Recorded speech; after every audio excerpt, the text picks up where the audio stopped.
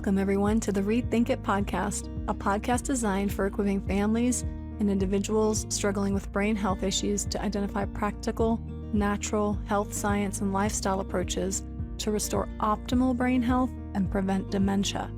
My podcast, my newsletter, my website, and my integrative practice all focus on providing down-to-earth solutions for upgrading and protecting brain health. This podcast is meant to supply women with brain fog and chronic health issues with the knowledge to choose affordable, effective tools and techniques that go beyond brain hacking. The goal is to preserve your quality of life, your health, your freedom, and your independence. I'm excited you're here today. I'm Sandy, your host for the next 30 minutes to an hour. So, we are finally back with part 2 regarding fluoride. I left y'all hanging after going into the research and helping you guys not feel so crazy about not knowing what to believe about fluoride. I hope that you feel a little less unsure about the research. I hope you've come to some reasonable conclusions given what we've shared about. Today, I hope to go into more about what you can do to help mitigate the fluoride exposure in your body. But before we get started, you guys, make sure to like, share, comment. If you're on YouTube, hit that bell button and so you get the notifications when new content loads, and make sure to follow so you guys get to follow and see what's up new and all that stuff. So, and get the algorithm out there, get this content shared with others. As you know, I do this because I love you guys, and I hope that other people can experience the freedom and joy that I've personally experienced in my health journey, as I have learned to change my lifestyle from what is the conventional American lifestyle to a little bit more natural. So I want you guys to help guide you guys in that direction and make it simple for you with the content I share. Now, I am a natural nerd and I may overwhelm you guys with information, and I'm sorry. Just put pause on your podcaster if you feel like, whoa, I gotta sit with that for a minute. This is the great thing about recorded content.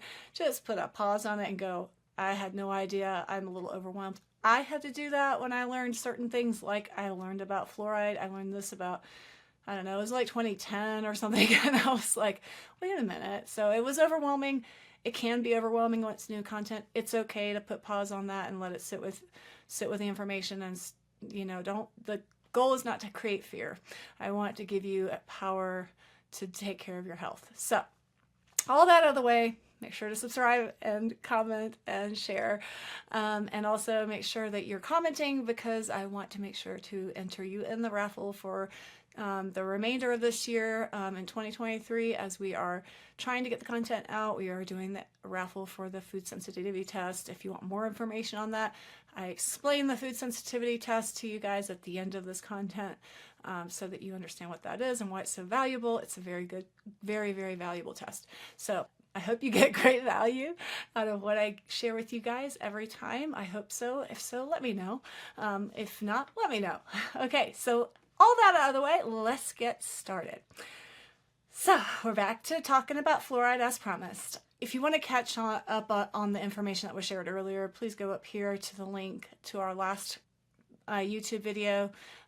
It will be, you can easily access it by clicking on the video up here. If you're on my podcast, the link will be in the show notes below. And if you are subscribed to our newsletter, you can also see that load. We will email that out to you as well. In part 1, we talked about the narratives out there and about fluoride and why it can be confusing for most people to figure out like which voice to listen to. We also dove into the unbiased science. And so by now, a lot of people have figured out that the science isn't always unbiased, and it's occasionally even for sale. So it's an important thing to be able to think through the information on your own a bit, and that's why I do this podcast, and that's why it's called Rethink It. So today, I just want to go over a few ways that your body is impacted by fluoride, by fluoride exposure, and what that means for you.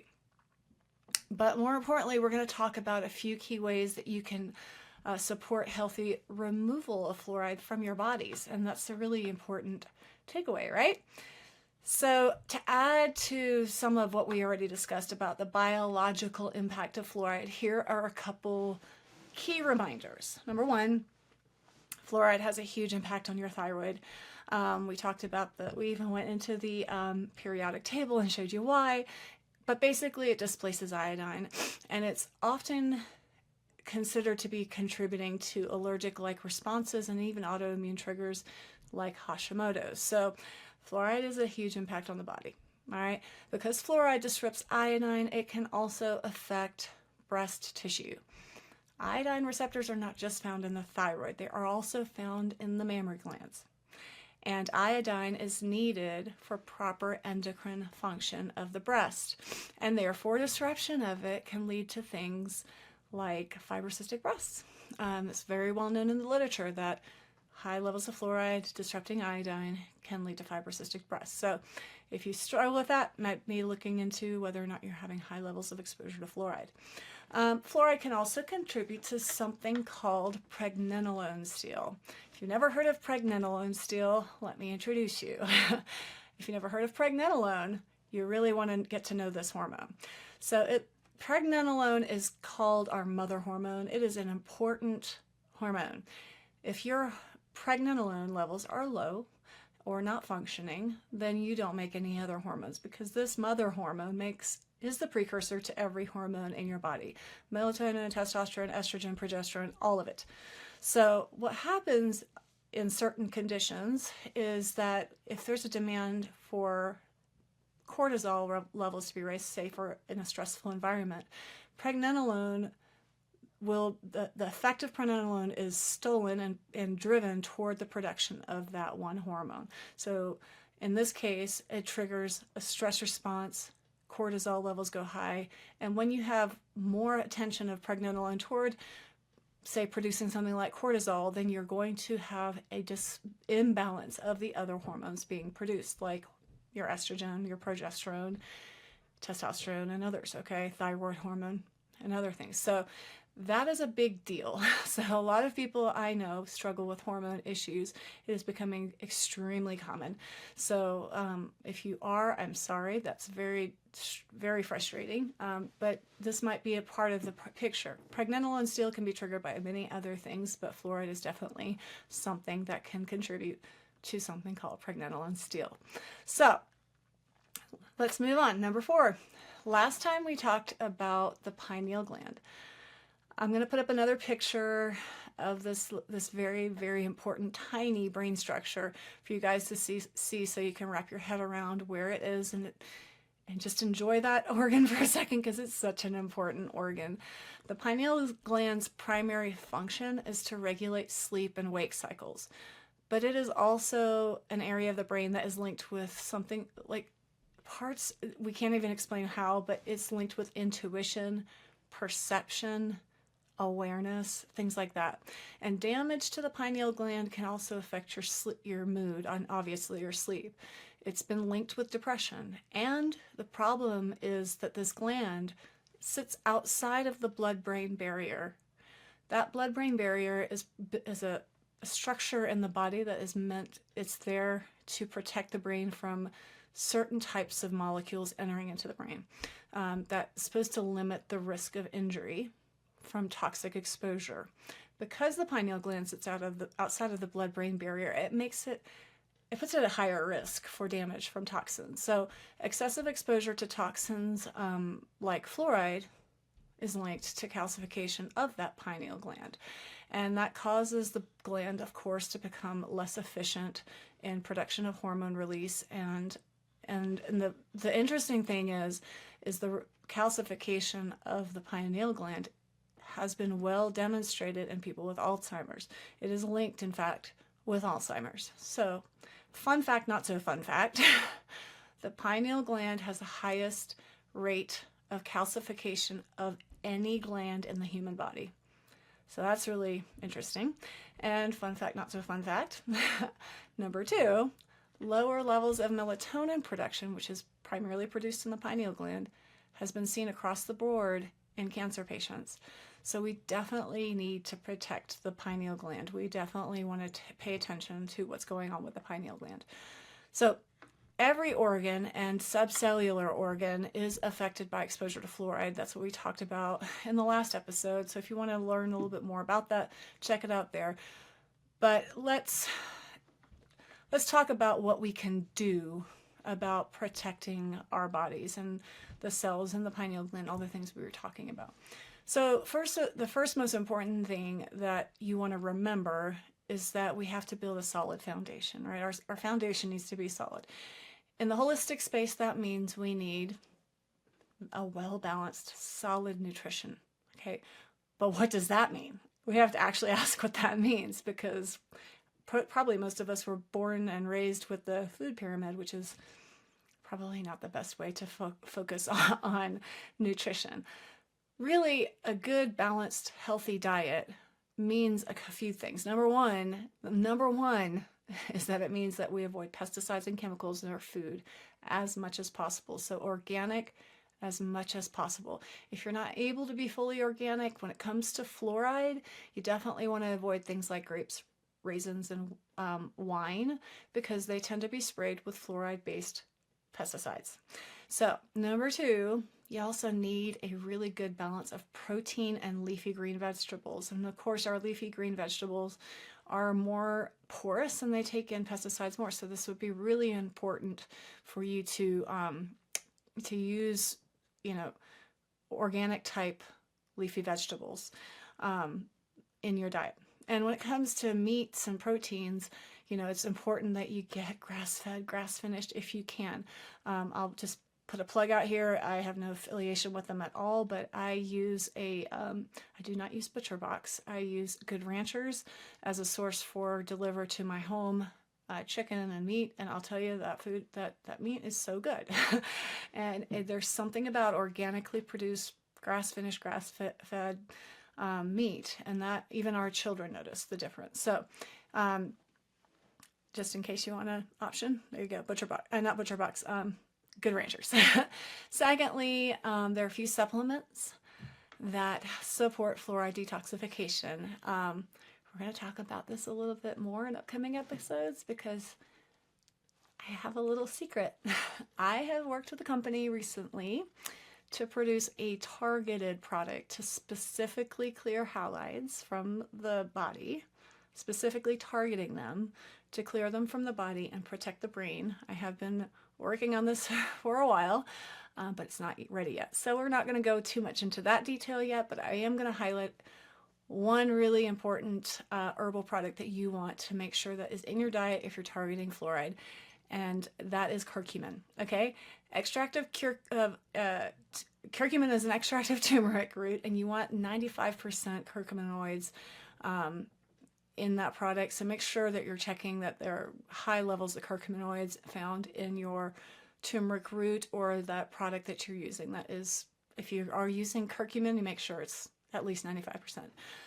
It is a very, very powerful antioxidant herbal that helps support the liver. There's so much research, so much about turmeric and curcumin and the effects on the brain, on the nervous system, on the mitochondria, on the liver, on the adrenals, on the kidneys. There's tons of research. But in this case, it really helps provide support for the liver and the kidneys in its role of detoxification, which were really important if we're trying to eliminate fluorides from our body. Okay, so what's another thing? So we talked about diet. We talked about some supplementation. The third thing we're going to talk about is avoiding fluoride exposure. Maybe that should have been number one, but I'm going to attach in the show notes the EWG link to the where you can look up the quality of your water and see if there's any fluorides or chlorines or other chemicals found in your water. I think they keep that up to date for the most part. Well, water people, you are not out of the woods. I have many clients, and I've heard many stories from other practitioners as well, of water being contaminated in the aquifer from a host of chemicals, like everything from chloroform to arsenic. The only way we can often figure that out is that we end up with a sick person in our clinic. We test the person, find out there's some weird stuff in their body, and then end up testing the well. So you're not necessarily free and safe if you have well water. Make sure to test your well water, maybe put a filter on your well water. But we're not here to talk about well water. We're here to talk about fluoride. So when it comes back to fluoride, water is a huge source. But like water, drinking water from the tap, that's municipally supplied. Wow, that's a tongueful. But also there are other sources of fluoride in our that we get exposed to on a regular basis. It's actually kind of shocking, and this is where you might want to put pause and just let it sit with you, because it was shocking to me. I was overwhelmed. I was like, what? It's everywhere. So our bottled drinks, companies that bottle drinks, even like kombucha and the like, they are allowed to use purified water, and they don't necessarily have to. Purification does not mean fluoride is removed. It just means it's purified from major contaminants. So that is a big deal. So think about your juices, your bottled drinks, things like that. Very likely have fluoride in them because it's expensive, and as we'll see in a minute, only specific types of filters remove fluoride. The other source of fluoride is that most people jump right to is the toothpaste. Obviously, it's a big source, as is mouthwash. Other areas where you may not think about it would be in your black and green teas and your non-organic coffees. So those are highly contaminated with fluoride pesticide.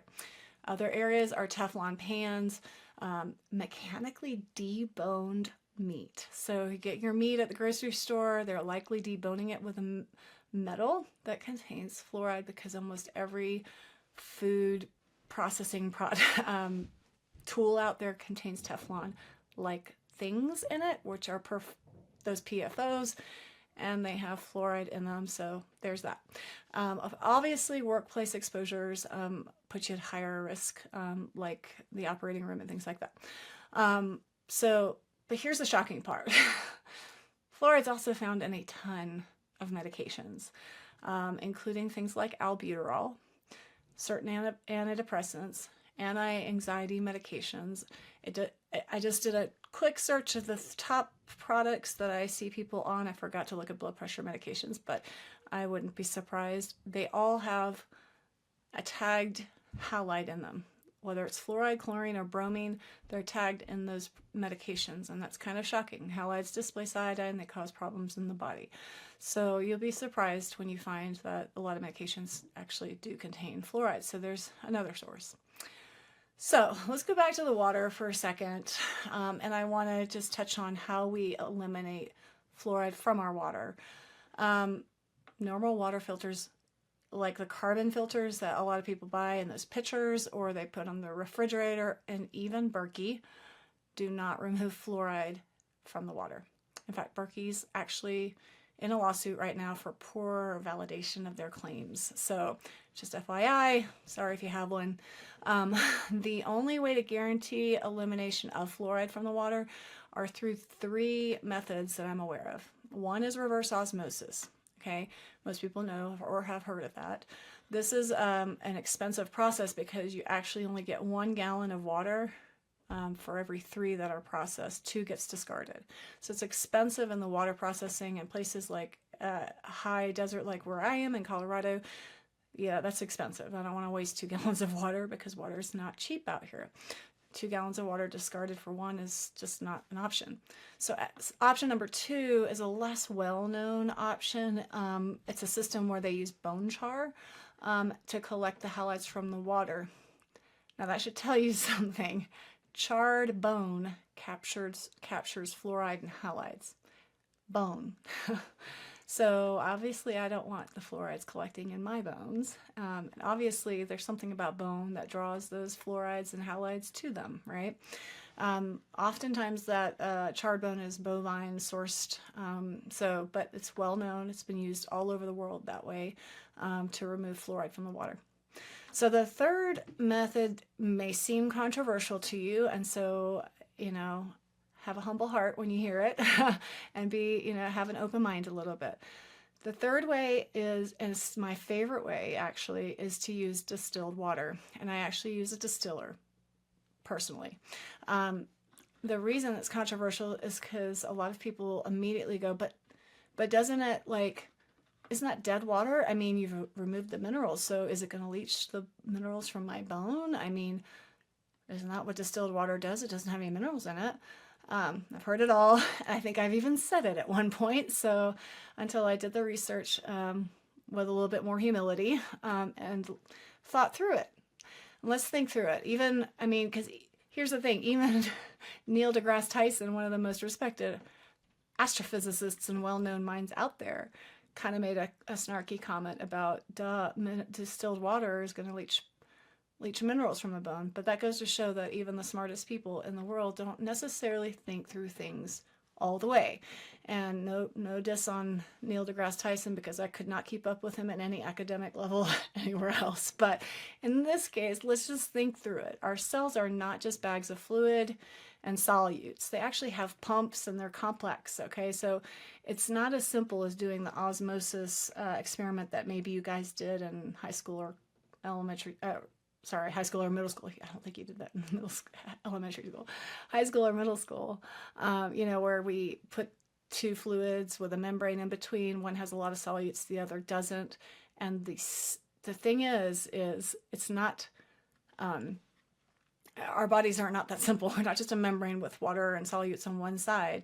What that experiment was demonstrating was it was demonstrating osmosis. And the first thing you'll notice in that experiment is that the thing to move was not the particles themselves. It was the water. The water moved. So it's not like let's just say the minerals in our body are moving. The water is moving in the osmosis experiment, okay? So our cells are complex, and the movement of minerals through the membrane is not but going to happen because of a lack of minerals consumed in the water. It's not the biggest driver. In fact, here's the thing. Most minerals dissolved in water are electrically unbalanced. They're charged, and they're not bound to something that's biologically available.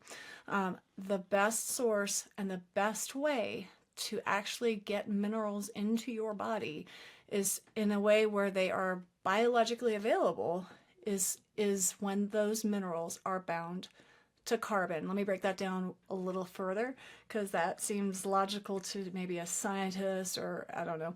But carbon, we are all carbon. Every biological thing on the planet is carbon based. Any non-biological thing is not carbon based, okay? So everything living has carbon in it. And so that means that the minerals need to be bound to something living. So it needs to either be bound to meat or vegetables, okay? So it needs to be bound to your food. The best way for your body to get minerals into them is through food, not through water. You should not be relying on water as your source of minerals, period, ever, okay? So anyway, that's the story about distilled water and the mineral story, and I hope that didn't confuse you too much, but I hope that answered and demystified some of the questions. But I do prefer distilled water as my method of getting fluoride-free water. And there's several reasons for that, and it's not just because, reverse osmosis wastes 2 gallons for the one, or bone char, whatever. I have a bone char system as well in my whole house, but what I consume is distilled water. And the reason for that is that distilled water is the only way to remove the hardest to remove contaminants, such as radioactive elements like radon and uranium and others. No other filtration system is able to accomplish that, so there you have it. And believe me, your water contains those things. It's shocking, but it does. So you have your choices. Don't let me persuade you. You got 3 to choose from. Choose the one that you feel most confident in. But distilled, bone char, or reverse osmosis are your choices if you are trying to remove fluoride from your water. So moving on, there's another important thing that you need to do if you're trying to remove fluoride, and that is to consume foods high in iodine. Of course, you need to make sure that your thyroid's okay and that you're not dealing with Hashimoto's, because bumping up your iodine can make that worse. So there's that. That's the one caution I'll give you. But iodine is really important for removing fluoride from the body. If there is sufficient amounts of it, it will bump out the fluoride that's on the cells that shouldn't be there, okay? Foods that are high in iodine include seaweed, seafood, like specifically shellfish, eggs, organic, I'm making an emphasis on organic, beef liver and organic chicken. Those contain high levels of fluoride. Hey guys, so I accidentally said fluoride when I meant iodine. I hope you guys were following me, but it is actually iodine we meant in this section right here, not fluoride. We don't want fluoride in our salt. Let's talk about ionized salt, because that might be something people jump to. Should I be using iodinized salt? Okay, I would avoid iodinized salt, iodide salt, salt iodide, whatever. You know the one. That's the one you're going to see on the grocery store shelf. So that actually comes from a processed form of salt, and it's lacking minerals. So salt naturally contains a lot of trace minerals.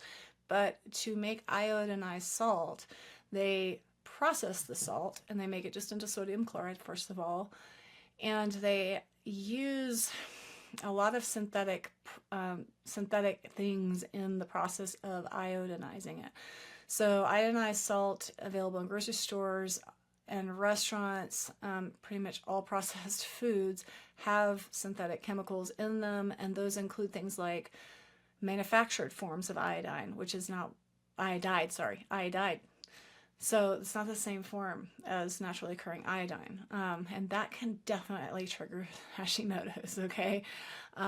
Also, it contains things like sodium co-aluminate, aluminum, okay, that's not good for our brain, fluoride, sodium bicarbonate, potassium iodide, again, not the right form of iodine, and anti-caking agents that include aluminum. So these are like big problems for the brain. We do not want that kind of stuff in our body, so that's why we avoid iodinized salt. Most table salt, unfortunately, does contain iodinized salt, so my preference, of course, would be that you get Celtic or sea salt that contains trace minerals, not just sodium chloride with the synthetic forms of iodide in them. Okay, let's move on. Another few important things you can do to clear fluoride include things like getting enough minerals. So we were talking about this kind of a theme, like magnesium, calcium, and vitamin D3. Be sure you're getting enough sunlight. So remember to look back at our podcast on full spectrum light and how important that is. As we mentioned in that episode, light actually catalyzes the production and the metabolism of our ability to absorb our minerals.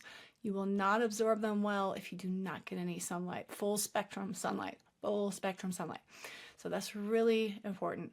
Of course, another important thing that you can do to help remove fluoride from your body is to do regular meaning on a routine basis, full body detoxes, okay? Healthy, safe, full body detox routines. Of course, if you're sick, obviously seek help and work with someone who's familiar with walking you through a detoxification process for the body, but it's important that you actually open those pathways of elimination in your body, really get your liver and your kidneys going and working well, because they do get sluggish with accumulated toxins. So some practitioners recommend that we do a cleansing protocol at the change of every season. So that would be quarterly. Some recommend it twice a year. But the point is to make sure that you're getting those organs to wake up, really eliminate that accumulated burden of toxins that you have added onto your body that you can't help, but you guys can't help it, okay? Like, it's everywhere. If you're not detoxing, you're behind. So definitely, gentle herbal cleanses, maybe some infrared sauna, maybe hydrocolon therapy, other supportive techniques are a good way to keep your body eliminating that accumulation of toxins regularly. It's a critical step in preserving and protecting your overall health, including your brain health. So lastly, if you're concerned about calcification of the pineal gland, then the use of melatonin, liposomal form, is actually really helpful. So melatonin is a powerful antioxidant for the brain, and supplementing with melatonin has been shown to reduce calcification of the pineal gland and improve function. So that is a really important step if we're trying to get our pineal gland back to working in the optimal way. So I'm going to summarize what I just said because we went on a couple tangents, but I hope you took something away from it and walked away smarter. But to summarize how to eliminate fluoride from our bodies, we're going to first eliminate fluoride from our routines and from our exposure. And we're going to eat a healthy, balanced diet with organic foods, avoiding especially grape wine or raisins that are not organic, and for sure having a nice balance of proteins and good leafy greens with heavy minerals. Avoid your non-organic coffees, your black tea, your green tea that are not organic because they are often sprayed with pesticides that contain fluoride. Support your body with herbal products like curcumin, and routinely take your body through some healthy detoxification on a routine basis, maybe quarterly. Be sure to drink your purified water that has specifically eliminated halides, including fluoride, so your options are reverse osmosis, bone char, or distilled. I'm going to put in the show notes the link to the distiller that I use, because buying distilled water comes with its own risks. If you're buying it in the bottle, there's plastics in the bottle, and those have been sitting there for a while, so there's that. And ultimately, it gets cheaper just to have your own distiller if you want it. So that will be in the show notes if you want that. Obviously, get adequate sunlight, get adequate vitamin D, calcium and magnesium, and iodine, avoiding iodinized salt. And if needed, lastly, number 8, supplement with melatonin. That's all I've got for you guys today. I hope that summarized what you needed for how to support your body with eliminating fluoride and getting your body back on track neurologically and mitochondrial health and all those things from the damage that fluoride can kind of incur on the body. For sure, this is going to help reduce your inflammation and your overall brain health. If you have questions, leave them below, and I'll see you guys next time. Talk to you soon.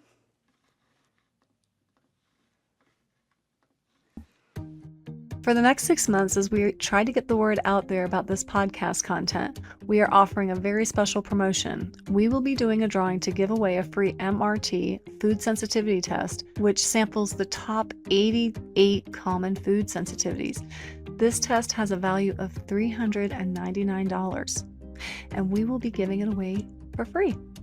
MRT is the most advanced and reliable test for hidden inflammatory reactions to foods and food chemicals, and it identifies your best foods. So this is not an allergen test, this is a food sensitivity test. This helps you when you identify your best foods and all those hidden inflammatory reaction. It helps you make a strategic food plan in order to rapidly reduce systemic and digestive inflammation, which improves outcomes of any other digestive health program that you're currently participating in. This is something I do for a lot of my clients in order to rapidly get ahead of the inflammation that they're dealing with. For more information about the test, please go to our website, beyondbrainhealth.com, and check out the Direct to You labs.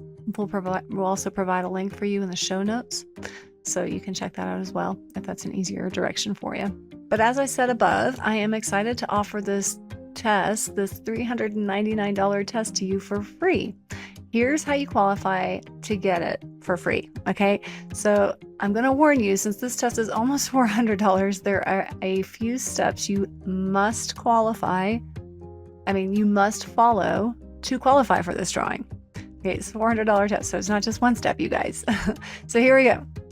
Go to your show notes on whatever podcaster you're listening on, whether it's Google, Apple, or Spotify.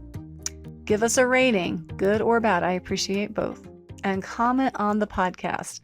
I really appreciate the honest feedback, especially as I'm growing and learning this whole podcasting education process. I want you guys to really enjoy our time together, so let me know how I'm doing.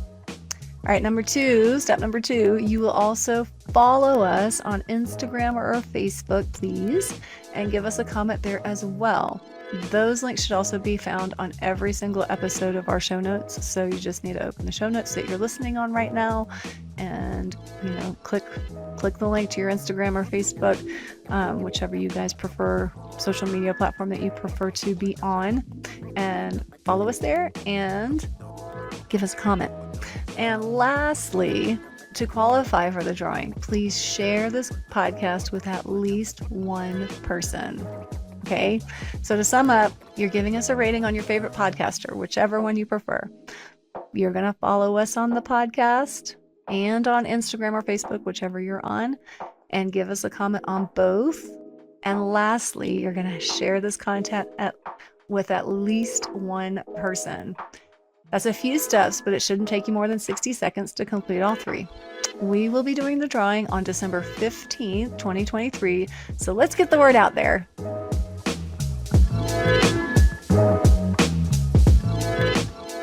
My hope is that this podcast has left you with a few new insights, hopefully some encouragement, and most importantly, some actionable steps forward toward healing your body and your brain. If you found this content helpful, please don't forget to give us a like and share it with someone else who might benefit from it. Also, don't forget to follow us on our Instagram and Facebook pages. I love hearing from you guys. I look forward to spending some time with you again soon. So until then, celebrate the small victories. There really is hope for lasting healing.